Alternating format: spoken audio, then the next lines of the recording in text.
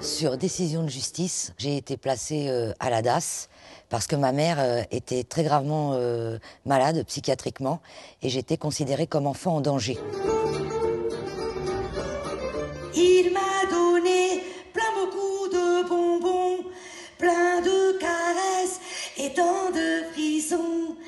Mais ce matin, je ne sais pas pourquoi, je ne suis pas très bien. À 18 ans, je me retrouve à la rue, puisque je suis majeure.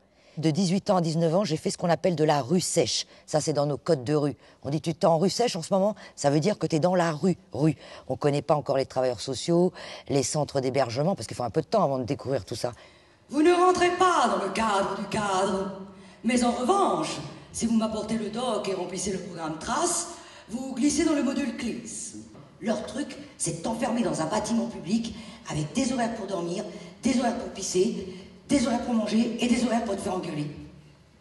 Moi, ils voulaient me réinsérer. Ils m'ont complètement déboussolé.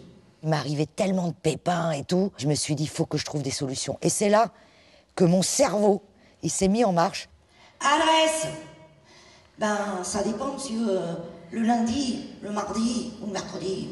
Je connaissais une directrice qui tenait un centre pour femmes battues.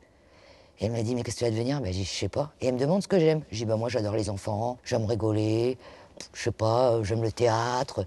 Et elle me dit, écoute, c'est incroyable. Il y a un type qui veut monter les bas-fonds de Maxime Gorky avec des vrais SDF. Elle me dit, écoute, faut que tu ailles le voir. Et là, je rencontre ce metteur en scène. Et là, moi, j'ai été chercher mes potes à droite, à gauche, enfin, dans tous les centres d'hébergement que je connaissais. Et puis voilà, pendant 1 an et demi, on a travaillé sur ce projet. J'ai même lu un article en japonais. Elina, sans indiscrétion, est-ce que ce sont vos vraies dents? Peut-on vraiment être heureux dans la rue? Ça s'est passé en fin 98. J'ai dit, je me mettrai le temps qu'il faut, mais moi, j'écrirai mon spectacle et je raconterai l'humanité des sans domicile fixe. Depuis que t'as un toit, t'as gagné beaucoup de choses, mais t'as perdu quelque chose de grand en toi. Et faut pas croire, de passer de la survie à la vie, on s'y fait pas comme ça.